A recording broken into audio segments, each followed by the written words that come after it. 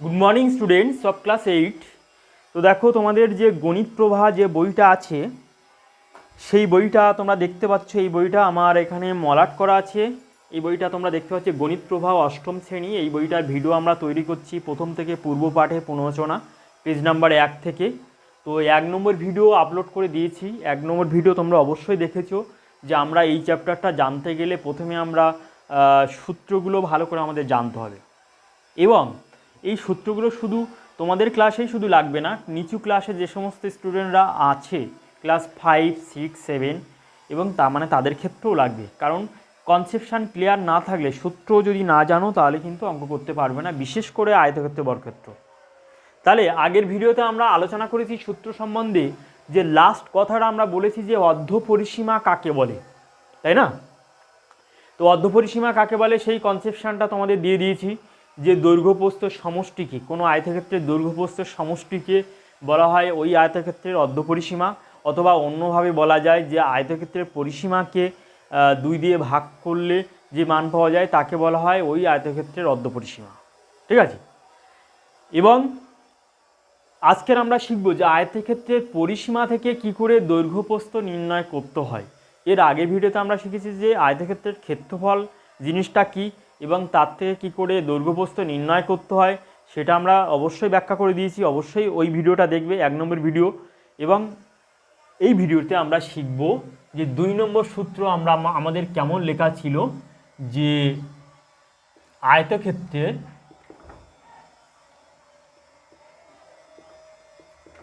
পরিসীমা সমান 2 গুণ দৈর্ঘ্য যোগ প্রস্থ, তাই না? এখানে কিন্তু গুণ চিহ্ন যদি নাও দাও তাহলে 2টা এখানে লিখে দিলে এখানে গুণ প্রকাশ পাবে।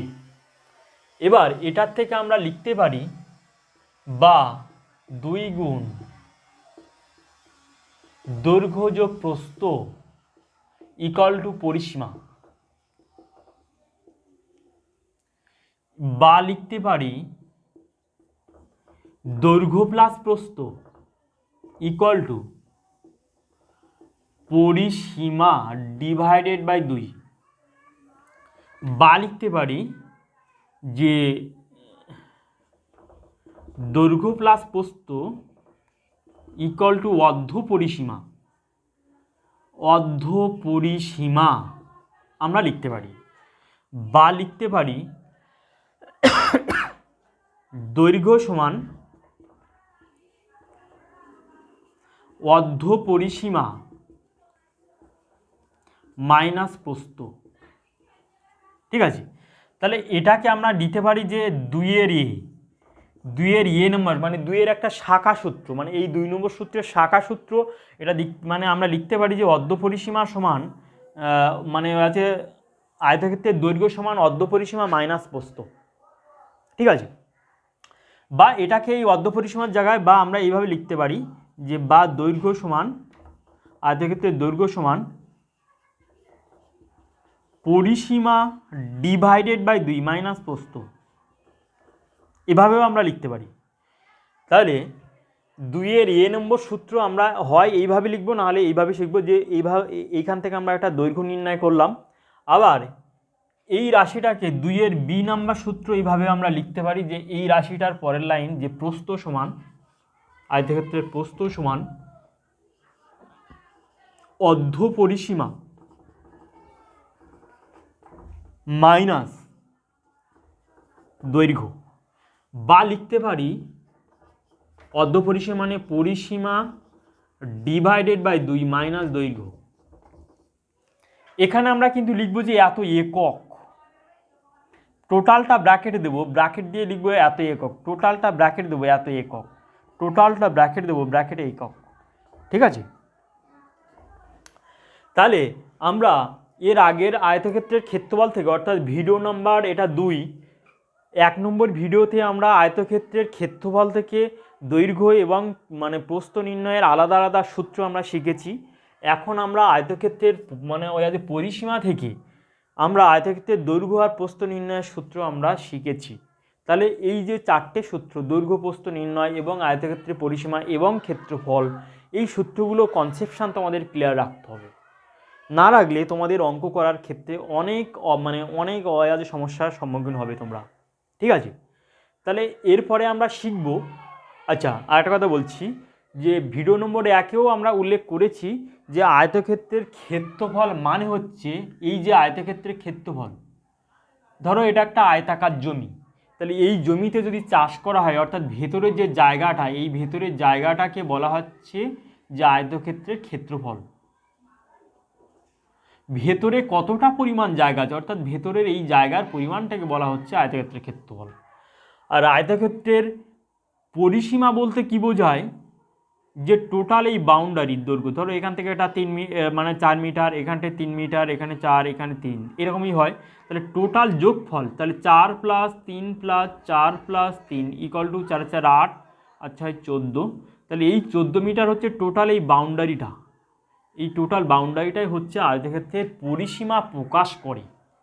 তাহলে আয়তক্ষেত্রের পরিসীমা যে কেমনভাবে প্রকাশ করে এবং আয়তক্ষেত্রের ক্ষেত্রফল কেমনভাবে প্রকাশ করে সেটা আমি অবশ্যই বললাম। এবং যে সমস্ত স্টুডেন্টরা দেখছো তোমরা অবশ্যই কনসেপশান ক্লিয়ার করে নাও। এবার আমরা চলে যাব যে এই যদি আয়তক্ষেত্র হয়, আয়তক্ষেত্রের এই শীর্ষবিন্দু থেকে এখান থেকে এই শীর্ষবিন্দু পর্যন্ত অঙ্কিত একটা সরলরেখা পাওয়া যায়, একে বলে আয়তক্ষেত্রের কর্ণ। এই রেখাটাকে বলা হচ্ছে আয়তক্ষেত্রের কর্ণ বলা হয়। তাহলে আয়তক্ষেত্রের যে কোনো একটা শীর্ষবিন্দু থেকে ওই শীর্ষবিন্দুর বিপরীত বাহু বিপরীত শীর্ষবিন্দু পর্যন্ত অঙ্কিত সরলরেখাকে বলা হয় আয়তক্ষেত্রের কর্ণ। আয়তক্ষেত্রের কর্ণ সংখ্যা 2টো। আয়তক্ষেত্রের মাত্রা সংখ্যা হচ্ছে 2টো, কারণ দৈর্ঘ্য একটা মাত্রা এবং প্রস্থ একটা মাত্রা।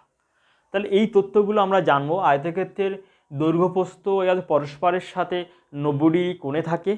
আয়তক্ষেত্রের 2টো দৈর্ঘ্য আছে, এই দৈর্ঘ্যগুলো হচ্ছে অর্থাৎ আয়তক্ষেত্রের এই যে একজোড়া বিপরীত বাহু, এই বিপরীত বাহুগুলো পরস্পরের সাথে সমান্তরালভাবে থাকে। ঠিক আছে, এবং এই তথ্যগুলো জানার পরে এবার আমরা দেখব যে আয়তক্ষেত্রের কর্ণের দৈর্ঘ্য নির্ণয়ের সূত্রটা দেখো।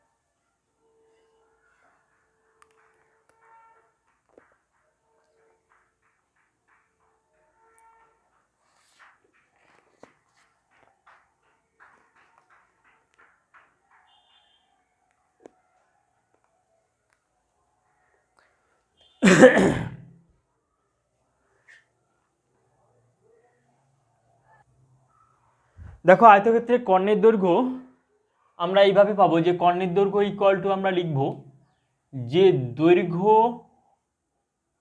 স্কোয়ার প্লাস প্রস্থ স্কোয়ার, দৈর্ঘ্য স্কোয়ার প্লাস প্রস্থ স্কোয়ারের √, এত একক। স্কোয়ার মানে এখানে ব্র্যাকেট দিতেও পারো বা না দিতেও পারো।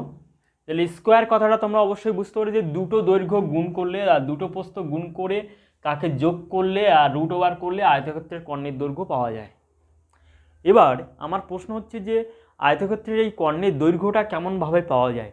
দেখো, এটা যদি আয়তক্ষেত্র হয়, তাহলে এখান থেকে যদি কর্ণটা যদি অঙ্কন করো, তাহলে দেখো এটা কিন্তু সমকোণী ত্রিভুজ।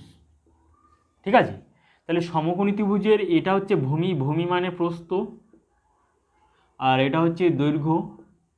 তাহলে আমার এই সমকোণী ত্রিভুজের এই মানে এই বড় বাহুটা নির্ণয় করতে হবে।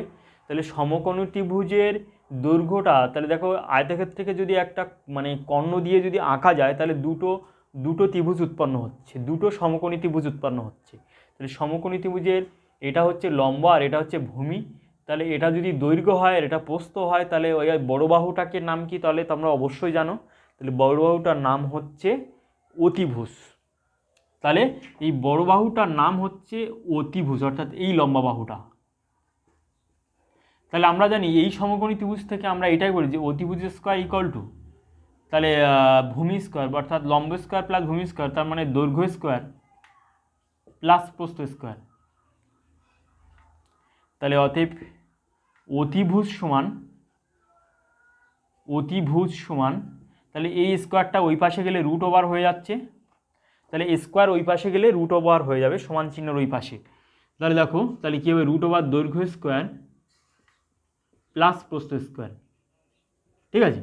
তাহলে এত একক, তাহলে এই অতিভুজটাই আয়তক্ষেত্রের কর্ণ প্রকাশ করছে। তাহলে রুট ওভার দৈর্ঘ্য স্কোয়ার প্লাস প্রস্থ স্কোয়ার, ঠিক আছে, এত একক। তাহলে এইভাবে আমরা সমকোণী ত্রিভুজের ধর্মকে কাজে লাগিয়ে আমরা আয়তক্ষেত্রের কর্ণের দৈর্ঘ্য আমরা নির্ণয় করতে পারি। তাহলে আমাদের যদি সূত্রটা যদি না মনে থাকে, তাহলে আমি ওভারঅল কথাটা বলছি যে সূত্র যদি না মনে থাকে তাহলে আমরা এইভাবে সূত্রটা আমরা নিজের থেকে লিখে আমরা নির্ণয় করতে পারি, ঠিক আছে। কেমনভাবে দেখো, এই কর্ণটা অঙ্কন করে দুটো সমকোণী ত্রিভুজ উৎপন্ন হচ্ছে। সমকোণী ত্রিভুজের এটা একটা ধর্ম, অর্থাৎ এটাকে বলা হয় আবার পিথাগোরাসের উপপাদ্য। অতি স্কোয়ার ইকুয়াল টু ভূমি স্কোয়ার প্লাস লম্ব স্কোয়ার, এটাকে বলা হয় সমকোণী মানে পিথাগোরাসের উপপাদ্য। সেটা আমরা পরে আসছি, ব্যাখ্যা করছি পরে। তো আয়তক্ষেত্রের কর্ণের দৈর্ঘ্য নির্ণয়ের সূত্রটা আমরা এইভাবে পেতে পারি। এবার এখান থেকে আমরা দৈর্ঘ্য আর প্রস্থ নির্ণয়ের সূত্রটা আমরা লিখব। তাহলে আয়তক্ষেত্রের দৈর্ঘ্য বা আমরা লিখতে পারি যে দৈর্ঘ্য স্কোয়ার প্লাস প্রস্থ স্কোয়ার ইকুয়াল টু কর্ণের দৈর্ঘ্য ইকুয়াল টু আয়তক্ষেত্রের কর্ণের দৈর্ঘ্য। তাহলে বা লিখতে পারি যে দৈর্ঘ্য স্কোয়ার ইকুয়াল টু কর্ণের দৈর্ঘ্য। কর্ণের দৈর্ঘ্য এখানে দেখো এখানে একটা লাইন মিস্টেক হয়ে গেছে। দেখো এখানটা রুট ওভার হবে, এখানে কর্ণের দৈর্ঘ্য, বা আমরা এখানে এইটা লিখতে পারি যে বা দৈর্ঘ্য স্কোয়ার প্লাস প্রস্থ স্কোয়ার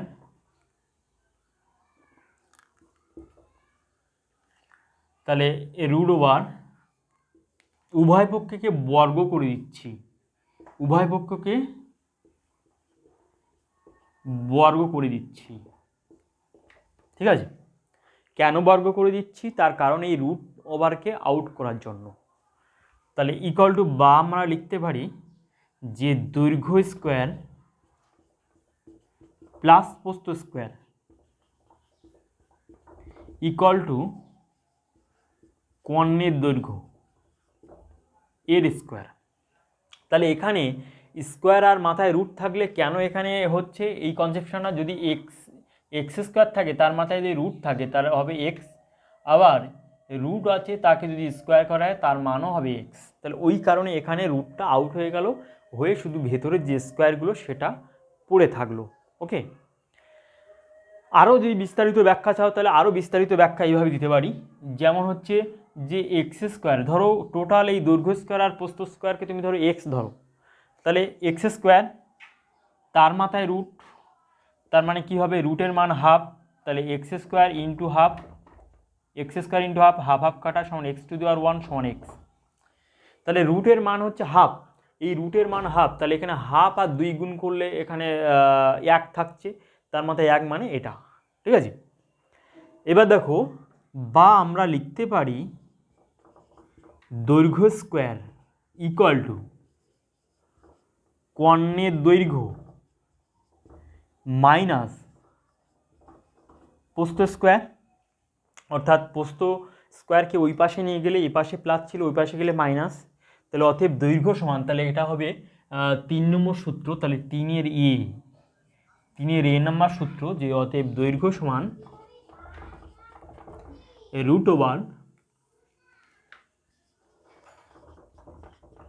কর্ণের দৈর্ঘ্য √, কর্ণের দৈর্ঘ্য এর স্কোয়ার, এখানে কিন্তু স্কোয়ার আছে, কিন্তু তার স্কোয়ার মাইনাস প্রস্থ স্কোয়ার, এত একক। তাহলে আমরা আয়তক্ষেত্রের কর্ণের দৈর্ঘ্য থেকে আমরা দৈর্ঘ্য আর প্রস্থ নির্ণয় করতে পারি। এটা আমরা দৈর্ঘ্য নির্ণয় করলে আমার প্রস্থটাও অনুরূপভাবে আমরা লিখতে পারি, এবং 3-এর বি নাম্বার সূত্রে আমরা প্রস্থটা অনুরূপভাবে লিখতে পারি, যাতে প্রস্থ সমান √, কর্ণের দৈর্ঘ্য মাইনাস কর্ণের দৈর্ঘ্য স্কোয়ার মাইনাস দৈর্ঘ্য স্কোয়ার, এত একক। দেখো একটু নিচে লিখলাম, একটু দেখার চেষ্টা করো, নিচের দিকে লেখা পড়ে গেছে। তো এইভাবে আমরা যে আয়তক্ষেত্রের কর্ণের দৈর্ঘ্য দেওয়া থাকলে সেখান থেকে আমরা দৈর্ঘ্য প্রস্থ এইভাবে আমরা নির্ণয় করতে পারি দুটো সূত্রের সাহায্যে।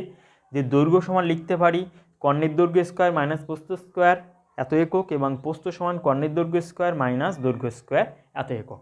ঠিক আছে, তো এই সূত্রগুলো তোমাদের ভালো করে কনসেপশন ক্লিয়ার থাকা অবশ্যই দরকার, না হলে কিন্তু তোমরা অঙ্ক বুঝতে পারবে না। তাহলে 2 নম্বর ভিডিও আমরা এই পর্যন্ত স্টপ রাখলাম। আমরা এরপরে বর্গক্ষেত্রের সূত্রটা আমরা আলোচনা করে দেব, দিয়ে তারপরে 4 দেওয়ালের ক্ষেত্রফলটার সূত্রটা দেওয়ার পরে আমরা অঙ্কের দিক থেকে আস্তে আস্তে পার্ট ওয়াইজ আমরা আলোচনা করব। ঠিক আছে, তো আজকে 2 নম্বর ভিডিও এই পর্যন্ত স্টপ থাকবে। তোমরা চ্যানেলটা সবাই সাবস্ক্রাইব করবে, পরে 3 নম্বর ভিডিও আপলোড করার সাথে সাথে তোমরা যেন পেয়ে যাও সেই কারণে। এবং এটা তো ডিসেম্বর মাস চলছে, তো তোমরা স্কুল স্টার্ট হওয়ার সাথে সাথে যাতে এই পার্টগুলো মানে যখন তোমাদের স্কুলের ক্লাসে হবে তখন তোমরা যদি রিভাইজ চাও তাহলে তোমরা অবশ্যই ভিডিওটা দেখবে এবং বন্ধুবান্ধবদের যত পারো শেয়ার করবে। যদি ভিডিওটা ভালো লেগে থাকে তাহলে তোমরা লাইক করবে। ওকে, বাই।